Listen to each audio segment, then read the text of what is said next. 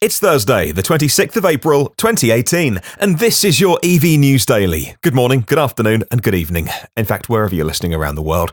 A very warm welcome from London in the UK. Here is today's news about electric cars and the future of transport. My name is Martin Lee, and I go through every EV article so you don't have to.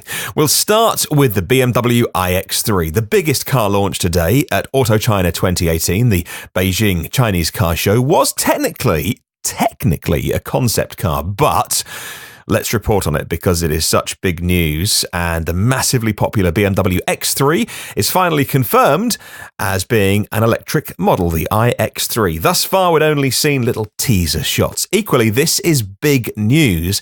It's going to be made in China and exported to the USA and Europe thanks to recent regulations and permissions which were given. It's very similar to the X3 in style, apart from BMW playing around with their kidney-style grille. Rather than having two separate grilles, they've kind of opened it into a sort of Kia-esque grille. It's definitely the design language they're going down with their future cars, because I've seen this on some other posters and things recently. Now, the iX3 is going to enter production in 2020. I know that is a couple of years away, and it's the first example I can think of, though, of a luxury upmarket car made in China and then exported to North America and Europe as well. Whatever happened to having to be built in Germany to be quality? Clearly, their market research, their intel shows that even with people knowing it's going to be made in China, they're not bothered anymore. And that is, I think, huge news. And not only because for the last however many podcasts I've been saying the next car you buy will be made in China, and everybody loves a little ego massage sometimes, don't we, guys? Come on. But it's nice. It's nice to be more right than wrong sometimes. And I was being slightly flippant when I was saying your next car was going to be made in China. I did think kind of your next car would be made in China, like your mobile phone is. But if you're in the market for a BMW in a couple of years, your next car will be made in China. And quality clearly isn't anything that their potential customers are not going to be buying their cars based on. Well, BMW sell a lot of SUVs in North America. It's their second biggest market. Clearly it's a risk, and it means a lot to their reputation, but they wouldn't do it without being sure that they can make cars in China and people won't worry. They already make their plug-in in China. Now, the iX3 is going to have a range. We do know this, and this is the WLTP range, which they say they will, when they finally make the production version, make sure they hit 400 Ks, which is 250 miles. It's a strong effort, really, to go up against the Jaguar I-PACE, the Audi e-tron Quattro, the Mercedes EQC crossover. That's due next year in 2019. So the smart money is on a 70 kilowatt-hour pack. And they have confirmed 150 kilowatt charge speeds. Now, the motor is a pretty respectable 200 kilowatts of power. The platform it's built on will be able to accommodate battery packs from 60 kilowatt hours to 120, depending on the needs of the performance and what the car is going to be for. Well, Electrive say the core of the iX3 is very compact. The fifth generation eDrive contains the electric motor, the transmission, and performance electronics in one component. A further novelty is the fact that the electric motor was designed without using any rare earth metals. Added to this development are new battery specifications, which have improved performance characteristics, range, size, and flexibility, according to the manufacturer. And that's where I'll end the Electrive quote from their article. So what you can take from that is you might hear the headline number, 70 kilowatt hour battery, and think, man, that's smaller than its competitors. But BMW seem to be saying, for want of a better phrase, it's not what you've got, but it's how you use it. Maybe size doesn't matter. But it's not necessarily about that big number. Maybe they say a 70 kilowatt hour pack, but we have the technology, the battery management, the efficiencies, that it's going to do that mileage, which of course a smaller pack is a lighter pack as well. Anyway, moving on. A new car was launched yesterday by Nissan. Welcome to the world, the Nissan Sylphy, Sylphy. I imagine it's Sylphy.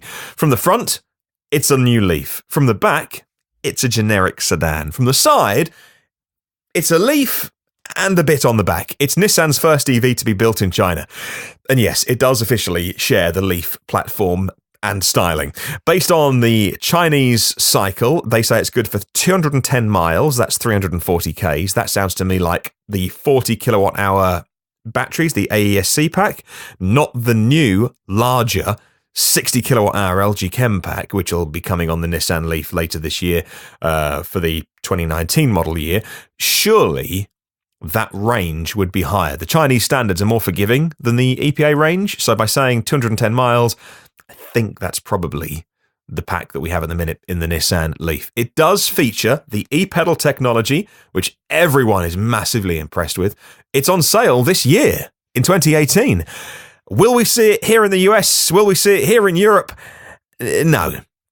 It's going to be cheap as well. However, based on the comments which we brought you yesterday on the podcast from the Nissan Renault Mitsubishi chairman, Carlos Ghosn, he said even their own Nissan LEAF is still too expensive for the Chinese market. So we can expect this to be super budget.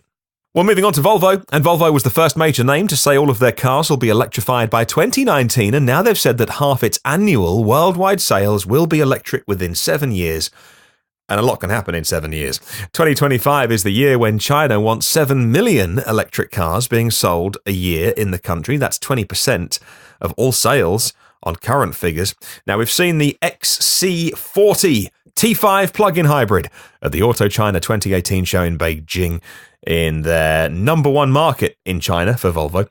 It has a 1.5-litre three-cylinder engine. It's coupled with an electric motor, and of course it can run on electricity alone. We don't know how far yet. Well, Volvo's owner Geely has developed the powertrain, which is set to be used in other cars like the Lynk & Co models and Geely's own models in China. Autocars say this: 3 main drive modes will be available with the T5: hybrid, power, and pure. The first will work to most efficiently combine both parts of the powertrain, while power will maximize the output of both, and the final will harness only electric power. Well, in Beijing, Honda has shown off another concept. This time, it's another stunner. It's the Everest, or the Everest, a mass-produced B-segment car for the Chinese market. Again, the show in China is being used to show off the body and the styling without really any firm technical details of the drivetrain, but it's due to be in the hands of customers by the end of this year, and built by a joint venture, as the deal often in China has been until the recent news. You had to form a joint venture, Honda working with the GAC group. Well, Toyota might be famous for running ad campaigns, at least here in the UK, saying, "We don't believe in plugging in our hybrids." But someone forgot to tell the engineers, and that's because the Corolla and the Levin are being shown off at Auto China 2018 to be on sale next year, and a full BEV, a full battery electric Toyota in 2020. Are they sure? You're going to have to plug it in, you know, Toyota. It's only for the Chinese market, though. It's based on the CHR compact SUV. And yes, it will run on purely battery power. And you're going to need to plug it in, Toyota. The Chinese partner for Toyota is GAC. The plug-ins that we mentioned at the start, the Corolla and the Levin, will do 50 Ks on pure electric alone. And obviously those as well are going to be made in China. They're the start of 10 new models that Toyota will be launching, electrified models for the Chinese market, and also opening a brand new R&D centre in China for batteries and powertrains and motors and inverters and things to move forward with their electrification technology.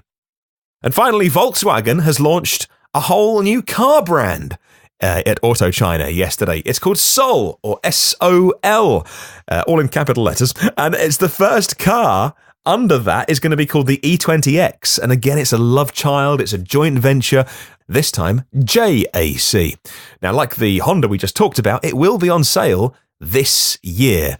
The Sol E20X is going to be taking some parts from the IEV 7S. That's a JAC car already on sale in China, running 186 miles on one charge. It has smart charging, it's got all the little luxuries like self-parking and parking cameras, and it's fascinating that Volkswagen launched a whole new car brand to start selling these sub-cars in China with their joint venture. And actually, to summarise what we've talked about today, VW, the Honda, the Volvo, the Nissan, and the BMW iX3, in in one 10-minute podcast, it is a sign of how important China is to all of these car makers because of the restrictions the Chinese government has put on automakers. If you want to carry on selling your cars in this country, you need to be making electric cars, and a proportion of your sales need to be EVs. And it has forced them, and I think some of them a little reluctantly, not all of them, to really get behind electrification at this year's motor show in Beijing. Well, I'd love to spread the word about electric cars. If you can, please share this with somebody who might be interested. You can listen to every previous episode of the podcast on iTunes, Google Play, Spotify, YouTube, TuneIn, Stitcher, and the blog at evnewsdaily.com. Remember to subscribe, which means you haven't got to think about downloading it, because it will automatically. It means you get it first and free, and every single day you'll get this when you are ready to listen to it. It would mean a lot if you could take 2 minutes to rate and review. If you've got an Amazon Echo, we have a flash briefing to play you the news, and say hi on Facebook, Twitter, and LinkedIn. Did I do that one? Yes. Search EV News Daily. Have a blimmin' brilliant day, and I'll catch you tomorrow.